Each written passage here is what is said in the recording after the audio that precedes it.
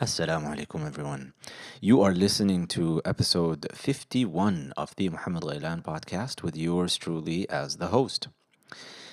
Today, just correlated, I'm recording this podcast episode just a few hours after having conducted an online live webinar for Andalus Book Club. So, for the members who weren't able to attend, the recording for today's webinar, which was Amusing Ourselves to Death by Neil Postman, that's the first book of 2018 that I covered, is now available in the video section.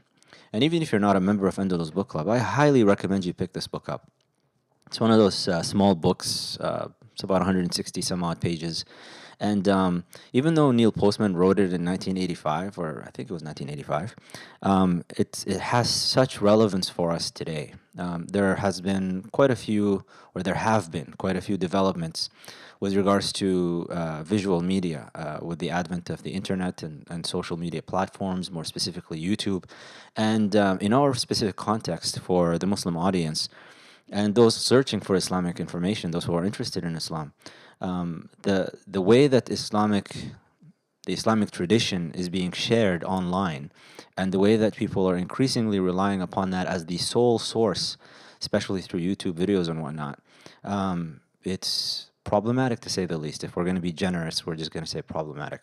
So I cover that. I went through in depth with some passages the implication for how scholarship is being perceived, how knowledge is being perceived, how credibility is being perceived, and how all that is being altered before our eyes, and how Muslim attitudes towards Islam itself are being shaped in a way that many don't even realize that they're forming heretical opinions, heretical positions.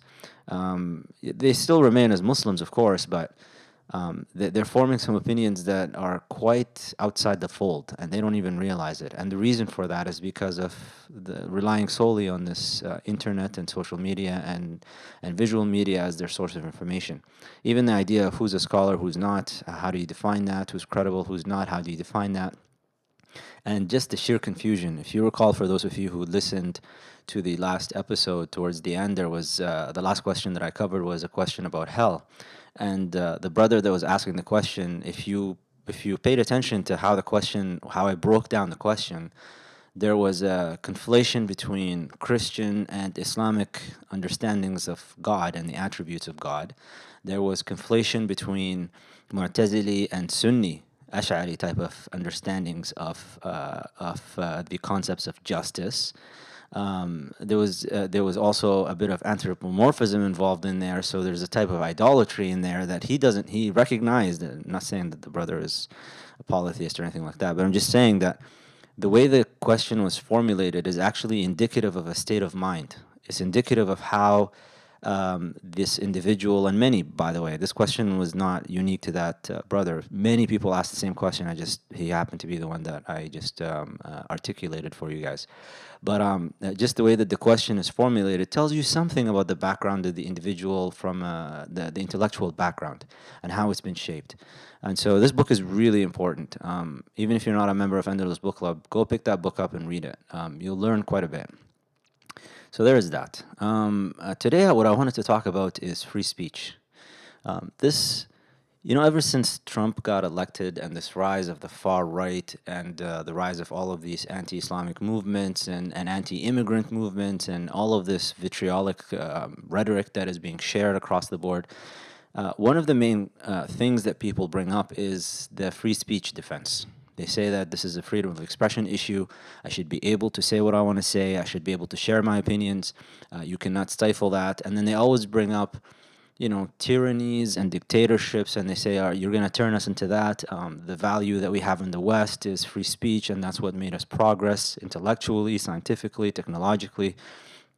And for a lot of people, this kind of stops them in their tracks, and they think, I guess I have to put up with this. So what I wanted to do in this episode is offer you a little bit of a perspective. Many people haven't gone through the philosophical literature and have not gone through the latest research with regards to free speech and attitudes about free speech. Once you have a grounding in those things, you'll have a better idea of what's going on, because it's quite sinister. Now, every society, of course, has some limits on free speech. There's nobody, you will not find anybody worth their salt who says there is unlimited free speech. there's always some limits to free speech, and every society places these limits and on the exercises of this free speech, because it always takes place within a context of competing values. Free speech is something that is relational. It's between you and I. If I'm just sitting on an island and there's nobody around me, I'm sitting in a farm and there's nobody around me, to say that I have free speech is nonsensical, because that speech is not directed towards anybody. It's not going to be perceived by anybody. So I can just, talk till the cows come home. It doesn't matter. It's not impacting anything. So free speech is always something that is a construct that is discussed within societal norms, within relationship. You need at least two people to be involved for you to bring up this issue of free speech. Now, whenever you have a society, whenever you have a community of people together, free speech is not the only value that is going to be up for discussion here. There are multiple values at play. And you don't have this, you're not living in a so-called state of nature. You're now living in a civil community, and you have to basically engage in negotiations, social negotiations, so that you're not impinging on somebody else's freedoms, for example. So you're free as long as you don't cross your boundaries and limits into another person's freedoms and you constrict their freedom. So there's these limitations that are being in place. At minimum, if we just say, like, what is the bare minimum thing for us to limit speech and limit freedom of speech, at minimum is just to maintain some sense of order. If we have a crowd and everybody is speaking at the same time, all we'll have is just noise, completely incoherent, nonsensical noise. And we won't know who's saying what. And so we have these rules and protocols of basic civility, basically, for us to just, have a dialogue. When I speak, you stay quiet so that you can hear what I have to say. And then when you respond, I stay quiet. And if I'm giving a speech, for example, in front of a crowd, or if I'm teaching in a lecture, everybody stays quiet so that I can deliver my speech. Then there is a Q&A, which is also orderly, and people come up one at a time, and they ask their questions, or they write their questions on a piece of paper, and so on and so forth. So that is just to facilitate our communication together. If everybody spoke at exactly the same time, you have nothing. You're not gonna make any sense out of that stuff. Now, that's just at the bare minimum. That's just the basic level. Let's take it another level. If two speech acts clash and they're not at the same level, then you have to basically so we're going now beyond just having a back and forth discourse. We're talking about, for example, you have an artist who's just creating a ruckus and just wanting to sing, for example. Meanwhile, you have somebody who's making an important political speech. Well, of course, the artist is not, they have their freedom of expression guaranteed under constitutions and whatnot, but in this particular context, when the crowd is there and they want to listen to an important political speech or an important lecture, that artist has to be silenced. That does not curtail their freedom of expression. That just says that their speeches are clashing against each other. So there is no unlimited right to freedom of speech. So that's one thing. And the thing about the right to freedom of speech also, just another thing to keep in mind.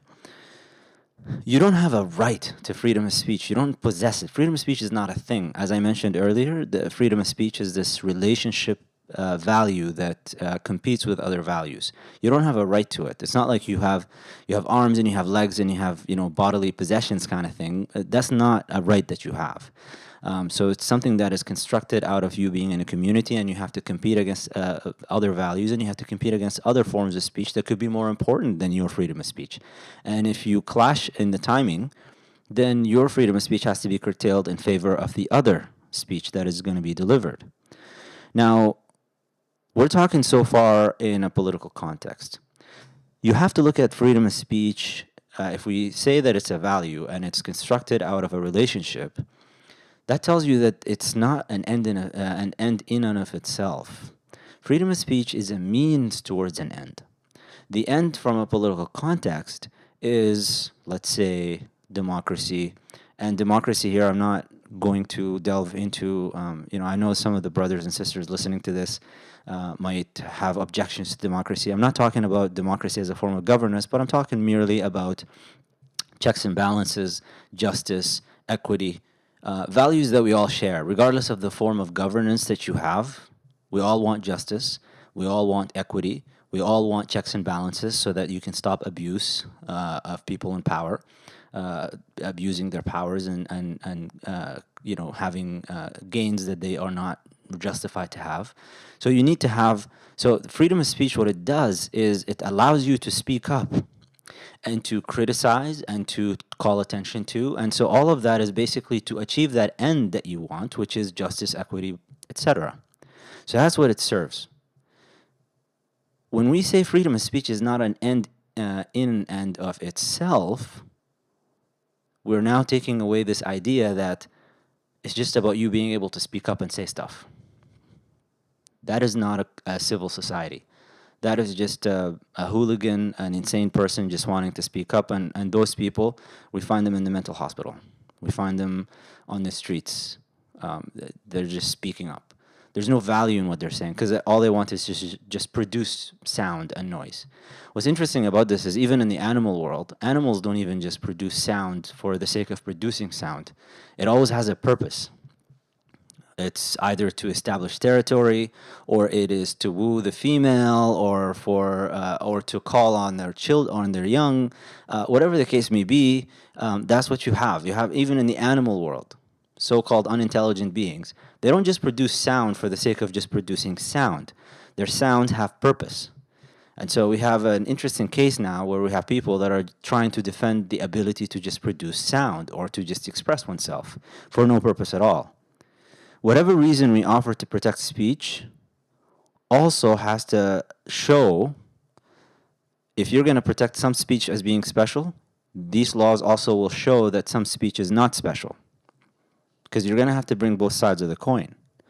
The Stanford Encyclopedia of Philosophy has an interesting point where they say that if speech is defended because it promotes autonomy, we no longer have grounds for protecting speech acts that undermine this value.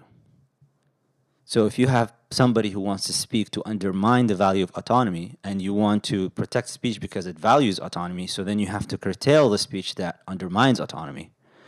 If our defense of speech is that it is crucial to a well-functioning democracy, we have no reason to defend speech that is irrelevant to or undermines this goal. And if we agree with John Stuart Mill that speech, and this is, they're referring here to John Stuart Mill's On Liberty, that speech should be protected because it leads to the truth, there seems no reason to protect the speech of anti-vaxxers or creationists.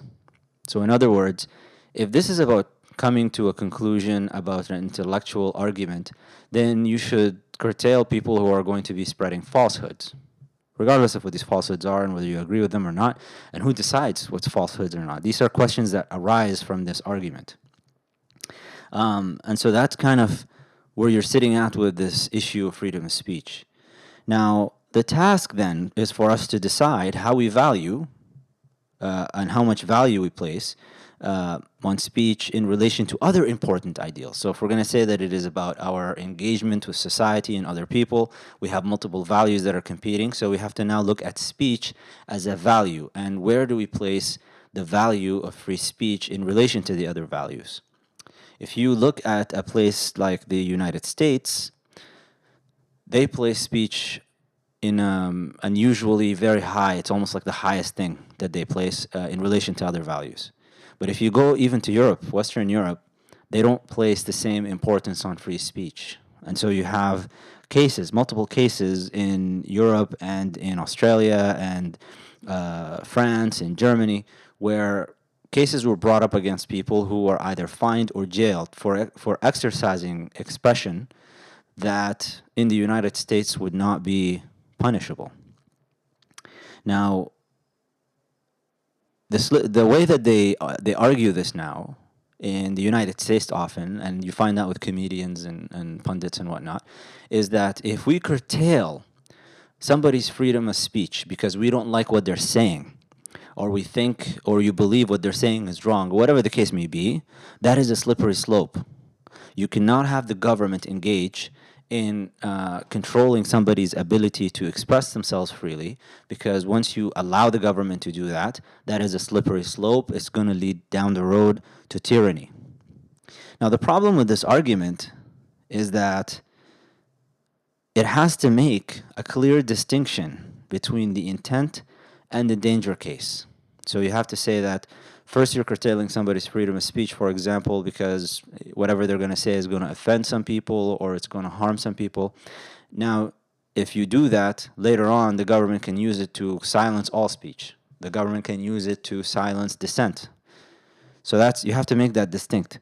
Now, the claim being made here is that change of an acceptable instance. We can all agree on the acceptable instance that, okay, we can agree on, let's say, you don't want speech that will be insightful against a particular group of people, which we see nowadays in Europe and in America especially. Ever since Trump got elected, there was this uptick of anti-Muslim rhetoric, anti-black rhetoric, anti-immigrant rhetoric. There were cases of violence that even took place. And so one could argue and say, like, all right, we have to curtail, we have to stop this, because these cases of violence that took place only took place after this hate speech started to bubble up. And so we cannot protect hate speech. We have to basically stop that. The detractors to this argument will tell you, well, no, because if you present this as an argument and you go along with that, you've now opened a precedent for the government to be able, down the road, to control other forms of speech and call it whatever they want. We actually have examples of that. If you go in the Arab world, there is really no checks and balances involved here. Places like Egypt, Saudi Arabia, the United Arab Emirates, you could say things that you don't intend harm by. I mean, the case, for example, of Sheikh Salman al-Ouda, may Allah free him. He just tweeted something with regards to the Gulf crisis, where between Qatar and being the blockade that they're under right now and the siege that they're under because of the other Arab Gulf nations. And he just said, may Allah bring the hearts together, or something like that. It was a tweet where he's just making a prayer.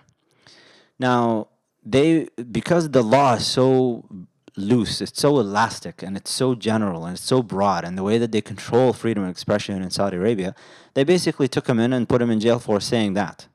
And if you were to ask people in the know, they would just say, oh, it's insightful in some way. You cannot speak against the government, even in a prayer. So that's the argument that the detractors here will say, that we cannot stop hate speech because that is a type of controlling of free speech, and we can't do that because we can slip through the slippery slope all the way down to that point.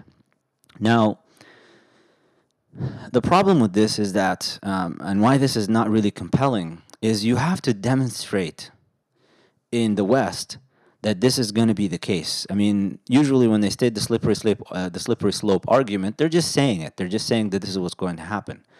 But you have to demonstrate that this case actually is what's going to happen. And that is often not forthcoming. They can't really do that. The other thing is, what they have to show is it's a necessary consequence, not just demonstrate. They don't have any examples to demonstrate. Now you have to show me that it is a necessary consequence, that when I curtail hate speech, when I stop people from speaking in bigoted ways, that is going to inevitably impact my ability to exercise my free speech in the way that would promote democracy, would promote justice and equity, would promote checks and balances, all of these great things that we want. So there is no necessary connection. That is also not something that is forthcoming in the slippery slope argument. That's not to say that things can't slip that way. There are some safeguards you can put in place. So when you want to curtail free speech, when you want to limit free speech in the way where you want to basically make hate speech and insightful speech illegal and not allowed, what you can do is you can be very specific with your language in the law, that this is what this specific limitation is about. You don't make it elastic. That doesn't make it completely foolproof, but again, we're talking about living in a civil society where you want people to live in safety and security. And we're not talking here about just being merely offended. We're talking about real cases where and I'll cover this towards the end of this episode, where people are starting to engage in hateful speech that next thing translates into violent actions. And people have died because of this. And there is a connection between these processes. It's not just words and then they're disconnected from hateful actions. Now, a government can, of course, limit forms of free expression by banning books, and they can ban plays, and they can ban films. But in reality, if you really look at what's going on when a government wants to limit free speech, they're not stopping you. They're not. It's not like putting in a law where you can't, for example, purchase a particular property, or you can't drive a particular type of car, where they can control these things and basically not allow you to register something, not allow you to purchase something. These are things that the government can effectively control and stop you from doing and limit your freedom in that way. But when it comes to expression, unless they come and take your vocal cords and cut your tongue out and cut your hands so that you can't write, and pop your eyes out and not allow you to read, or they can't really stop you. What they can do is they can punish you after you've said something. So now the question that poses itself is, how much are you willing to put up with as a citizen with regards to your ability to express yourself in terms of consequences? And so now that's what people are afraid of. We don't want consequences for our free speech. I want to be able to say whatever I want to say and have no consequences to it. And that's really what the argument is revolving around now when you hear or read about it in social media. And people that are upset by punishments, by firings, people getting fired from jobs, people not being able to get jobs because they've expressed certain opinions. You had the freedom to express them. Nobody stopped you.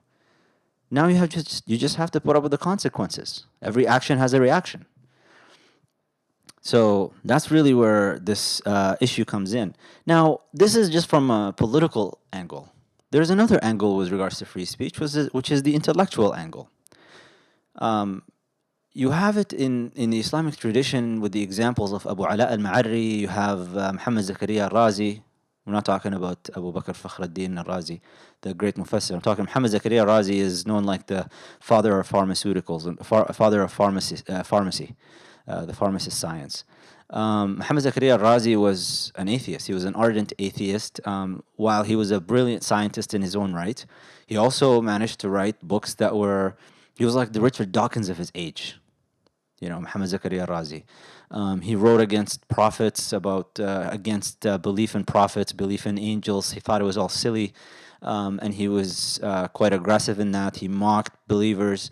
And he was doing that during an era where, Muslims were ruling. He could have easily been arrested. He was famous enough, but nobody did that to him. He managed to write his books and his articles and things that against religion and against belief. The scholars at the time responded in kind. They just took to task and they just responded to his writing with their writing. And there was this lively, if you look at the early Islamic history, by and large, if you ever read about anybody that gets arrested, gets put in jail, things like that, there is always a political dimension to that. But if we're going to talk just simply about expressing ideas and having a dialogue, John Stuart Mill in his text on liberty, what he's talking about there is you need to be able to push your argument and express your ideas all the way through to the fullest extent, so that you can see where they end up. Only through doing that will you be able to arrive at the truth. And when you're able to express your ideas and somebody else comes in with an opposing vision, an opposing view, and they express their ideas, and you have this discussion and dialogue and debate between each other, finally we can all arrive at the truth of the matter at the end of the day.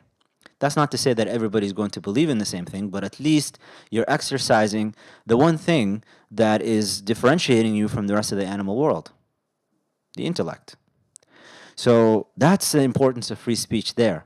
Abu Ala al-Ma'arri, the Syrian poet, he was like, so if Muhammad Zakaria al-Razi was like Richard Dawkins, because he was the scientist who was also anti-religion and anti-belief, Abu Ala al-Ma'arri was a poet, so closer to like the late Christopher Hitchens.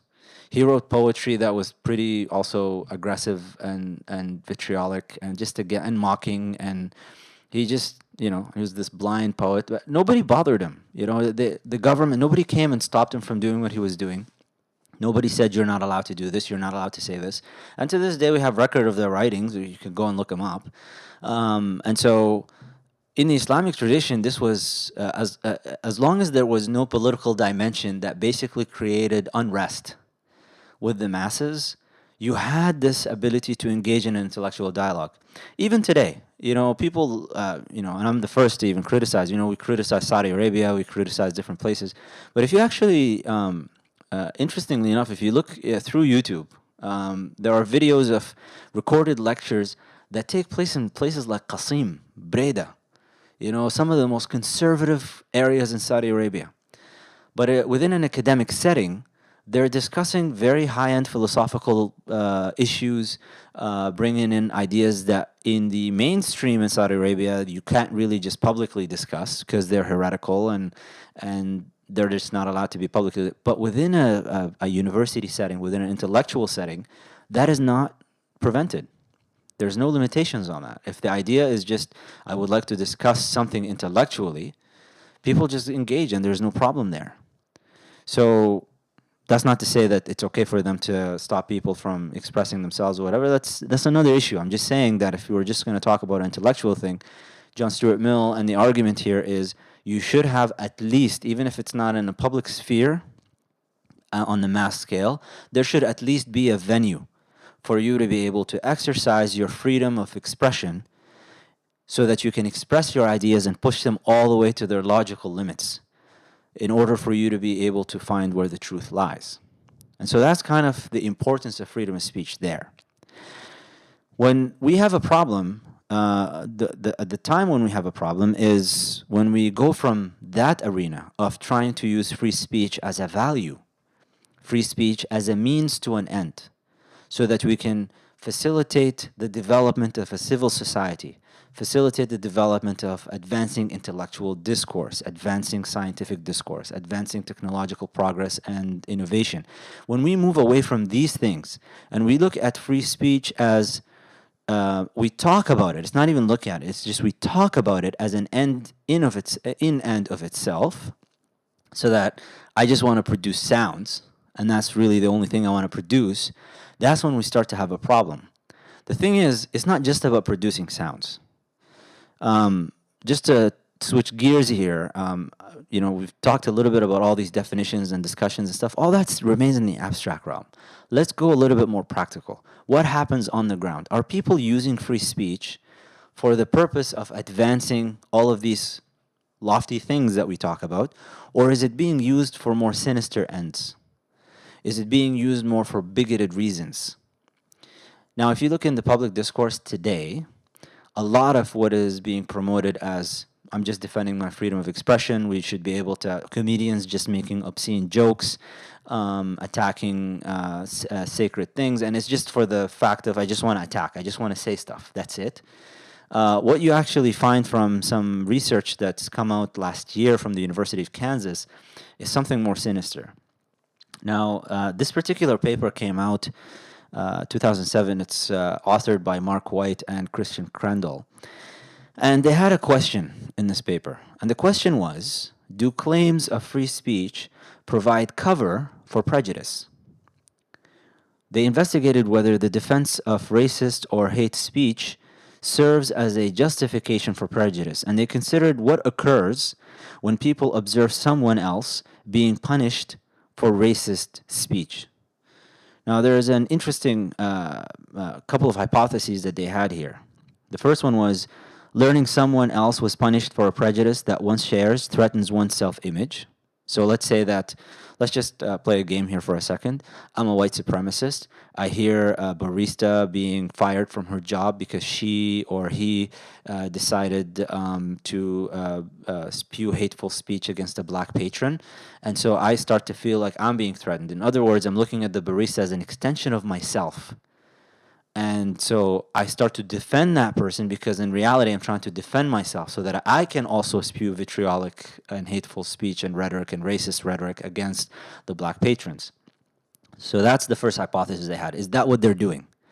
The second hypothesis was seeing someone else punished threatens one's sense of freedom, triggering reactance. In other words, it's not that I'm looking at this other barista as an extension of myself. It's that I want to be able to say these things. You're now attacking my freedom to be racist.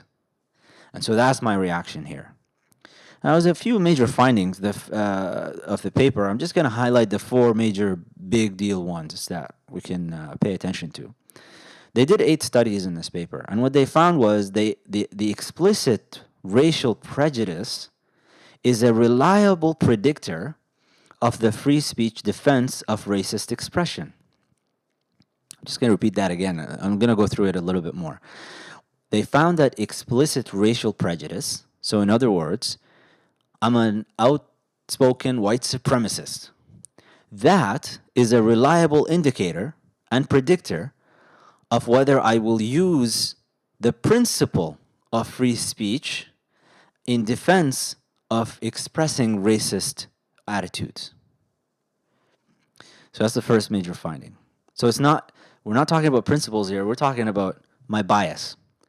The second major finding was that participants that they looked at endorsed free speech values for singing racist songs or posting racist comments on social media. And people high in prejudice endorsed free speech more than people who were low in prejudice. So that's an interesting addition to the original finding. What they found was that this endorsement, though, was not principles, and that's the third major finding here. High levels of prejudice did not predict endorsement of free speech values when identical speech was directed at coworkers or the police. So, for example, I'm a white supremacist in Charlottesville, and I speak and I see people making racist comments against black people, against Muslims, against whoever. I will defend freedom of speech for the sake of doing that. Now, I come and I get asked about, well, what do you say about Colin Kaepernick with regards to the kneeling and looking at police violence against black people in America, looking at speaking against police misconduct. All of a sudden, me being a white supremacist now, I'm not going to resort to freedom of speech. In fact, I'm going to have the opposite reaction, and I will say to you, you cannot criticize the police. So that tells you this issue is not about principle for me.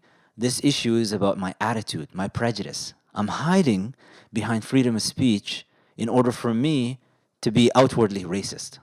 That's really what's going on here. The fourth major finding is that they found participants low in explicit racial prejudice actively avoided endorsing free speech values in racialized conditions compared to non-racial conditions, whereas participants high in racial prejudice increased their endorsement of free speech values in racialized conditions. Translation: if I'm not a racist and I see a situation where there is racism happening and racial expression happening, like a discriminatory expression happening, and I'm not a racist, I'm not going to defend the actions based on freedom of speech principles. But if I'm a racist, all of a sudden, for me to justify why I'm supporting this, I resort to freedom of speech as a defense for that expression. So that's interesting. The authors, they were interviewed in an article, and Mark White said that when people make appeals to democratic principles like freedom of speech, they don't always represent a genuine interest in that principle. And that's what he found from this. He said that he thinks of principles, we think of principles as ideas we use to guide behavior in our everyday lives.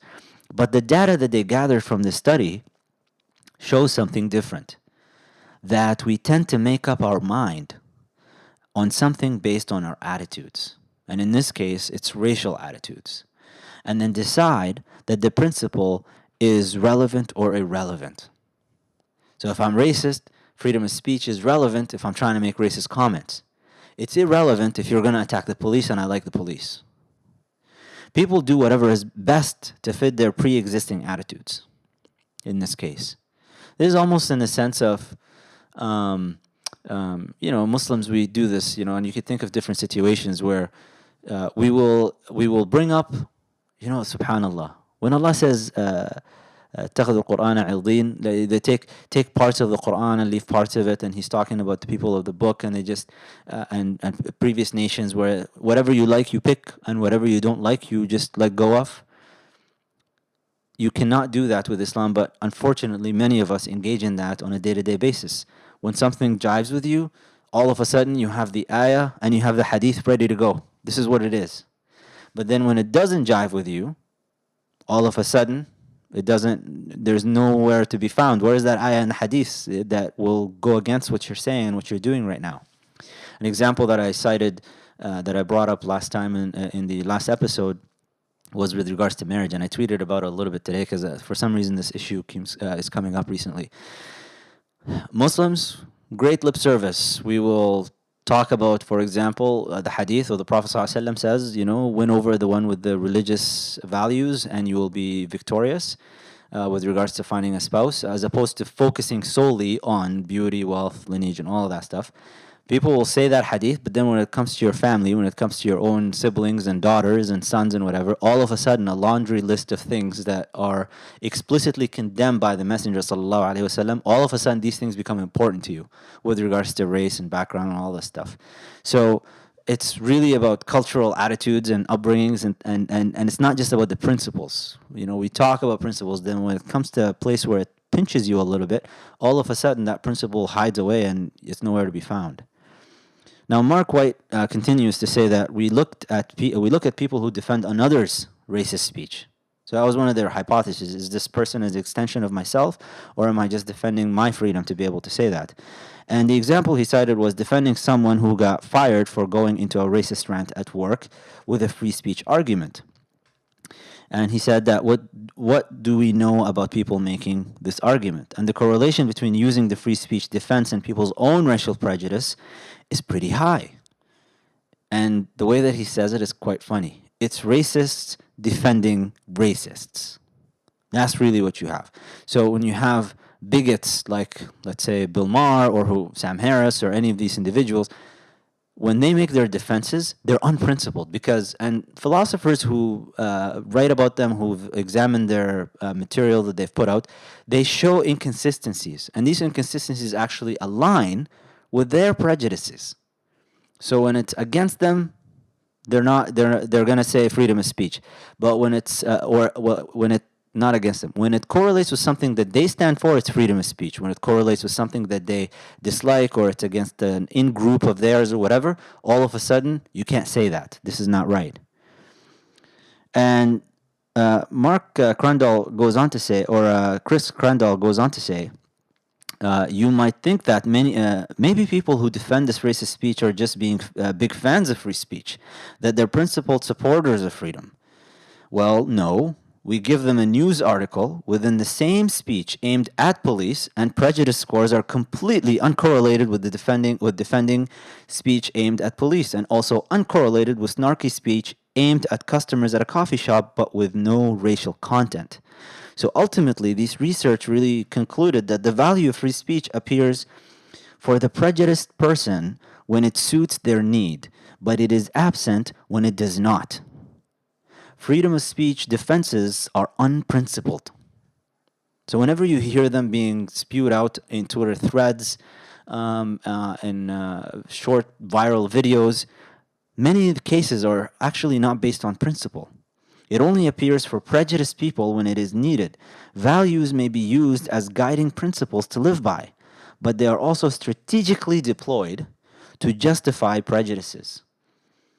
Now, they do make a caveat at the end, and they say it's irresponsible to say that everyone who makes this free speech argument is prejudiced. However, the data does show that racial prejudice is one of the many attitudes that go into people deciding to make this argument. And we should not ignore the free speech defense, but we shouldn't assume that the motives are purely based on an abstract democratic principle either. So, it's in social research, it's quite simplistic. You'd be a simpleton to claim that it's one thing that's motivating a person, that they're just racist and therefore they're acting that way.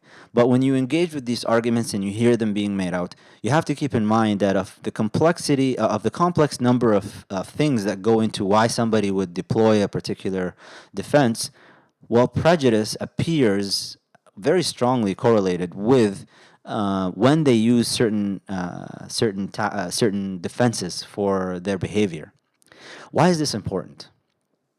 Because people seem to think, when you look at, back to the original point that I made with regards to free speech being a value that only appears in relation when there's relationships involved between at least two people, but generally speaking within a community. That's when this freedom of speech stuff comes up. Because it leads to something. If we say that it is a value that is going to lead to justice, to democracy, that's why we're using it, well, you have to also look at the flip side of that. Free speech can also lead to violence. It could lead to genocide. And there's an interesting pyramid. It's called the Pyramid of Hate. And it has 5 components, 5 levels to it. The bottom level is bias. And bias, everybody has bias. I don't care who you are. This research, for example, people talk about implicit bias and eliminating implicit bias. You can never eliminate implicit bias. You'll always have some sort of implicit bias. The question is not whether you have implicit bias and we judge you based on that. The question is your behavior. You can have your own implicit biases, but if that doesn't translate into behavior, discriminatory behavior, then there's no problem. And in many cases, these implicit biases are just a byproduct of your early exposure as an infant. You know, for example, if you were, as a child, all you were exposed to is a particular race of people, it's perfectly normal and natural for you that as you grow up, you just have an inclination, kind of a yearning more. It's just an emotional kind of thing that you have because these are the first exposures that you had. It doesn't mean that you're a racist against other people. It just means that that's kind of what you incline towards because that's what you grew up around. If you grew up around people that you're being told they're evil, they're this, they're that, of course you're going to end up becoming a racist down the road because that is something that's being nurtured in you. But if you just have an implicit bias towards people who share similar values, I have an implicit bias. Actually, it's not even implicit. I have an explicit bias towards Muslims. I like Muslims. That's my people. I love Muslims. I don't just like them. I love Muslims with all of their different issues and all of our problems that we have. I don't care. I look at it as my ummah, my family. That's my bias. It's really great that when I see Muslims, it's the fact that I can say salam, that the fact that it doesn't matter who it is and where they're from. If prayer time comes, we can all pray together. I think these are beautiful values that we share. And so, I have a bias towards Muslims. It's fine. But that doesn't mean that I'm going to, for example, as a boss, hire a Muslim who's unqualified in a position that a non-Muslim is qualified for. Now, that's a problem. So, bias. That's just the base. That's the bottom level of this pyramid. After that, when does it become a problem? When this bias turns into individual acts of prejudice. So you're white, you decide that you want to be prejudiced, that because of your bias against black people or against Latinos or against whoever, you decide to have individual acts of prejudice. What are these individual acts of prejudice? These individual acts of prejudice, they're non-consequential for somebody's livelihood, but they manifest themselves in terms of hate speech, of snarky jokes and comments, of I hate the word microaggressions, but that's what that's what microaggressions, when you hear that term, that's what it's referring to. These prejudice acts that manifest themselves in a day-to-day thing, where you just you start to just be a little bit of you're just an unpleasant person with these people. Whoever the group of people that you don't like, it doesn't matter. Once you go from that is actually a step up to the next level. Once you make it normalized, which is what happened in Trump's America now, it is normalized discourse for you to vilify because the president is doing it. So now it's becoming more manifest. People think that people have become racist. No, people that are racist have been racist the whole time. It's just that now they've been legitimized. Now they feel like they can express their views because of the leader of the country is expressing their views and dog whistling at them and whatnot. And so it's normalized the discourse of, let's just talk badly about black people. Let's talk badly about Muslims. And these two things are not exclusive to each other, of course, as well as Latinos, immigrants, whoever. And so it's normalized that discourse. So from there, when you normalize the discourse, this prejudice, individual acts of prejudice, and then you can go into discrimination.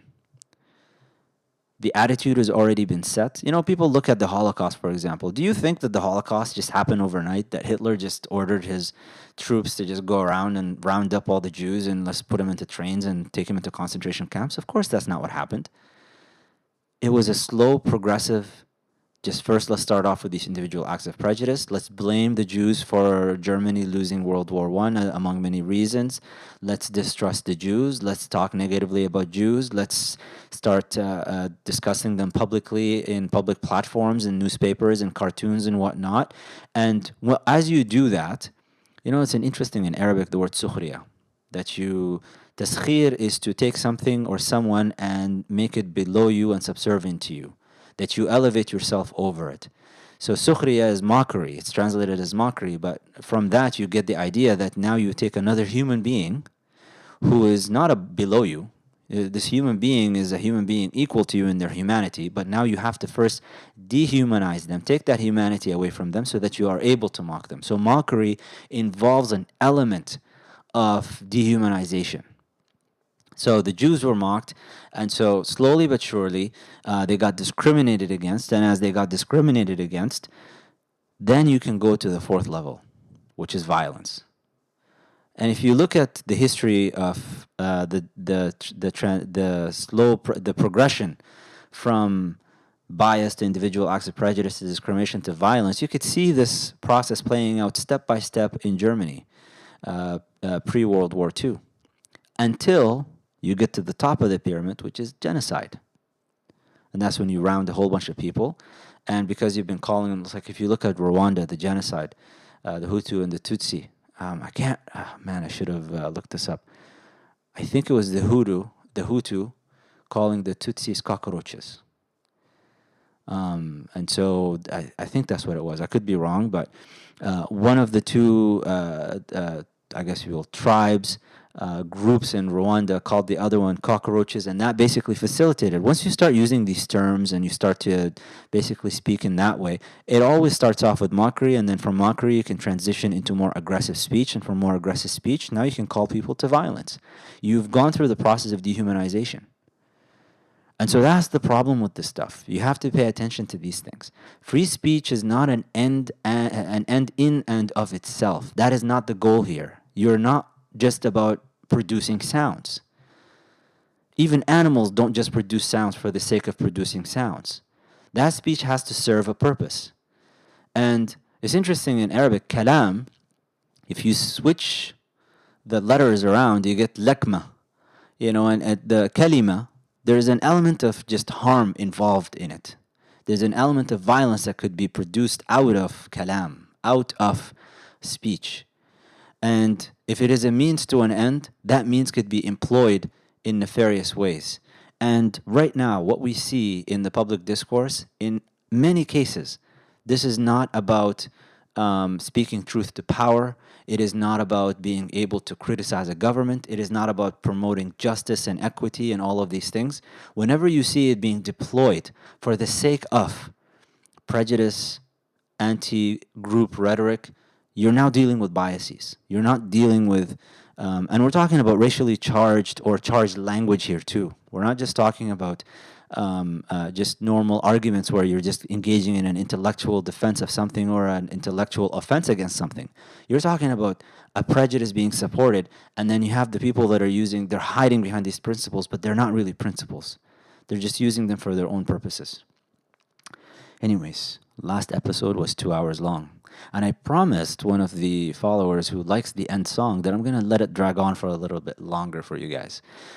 So with that, I will leave you for the week. Andalus Book Club, like I said, just as a reminder, the video is available now for the members. And if you haven't joined, you're more than welcome to join and watch a bunch of videos. There's now a bunch of videos and online courses that I put up for the members that you can just access in the video section. Patreon, for those who would like to support this work, support the podcast, you can become a patron at patreon.com / Muhammad Gilan. The links are all in the description. I'm going to leave links for all the articles and the discussions that I've had here in the description of this episode. Finally, I would really appreciate it from you guys. For those of you who haven't rated the show in iTunes, it helps a lot. It really does. So if you like this content, if you would like it to spread further, the way that you can help, I don't need you to go to Patreon. I don't need you to join the book club. I don't need you to do it. You can do this completely for free. It just takes a couple of seconds on your part, which is just go to iTunes and give the show a 5-star rating. And you have no idea how much that helps. It really does, and it brings it up in the rankings. So I'd really appreciate you guys' help on that front. But if you want to support me on Patreon, I'm not going to stop you, of course. With that, I'll bid you adieu. Have a wonderful week. We'll talk next time. سبحانك اللهم وبحمدك أشهد أن لا إله إلا أنت أستغفرك وأتوب إليك.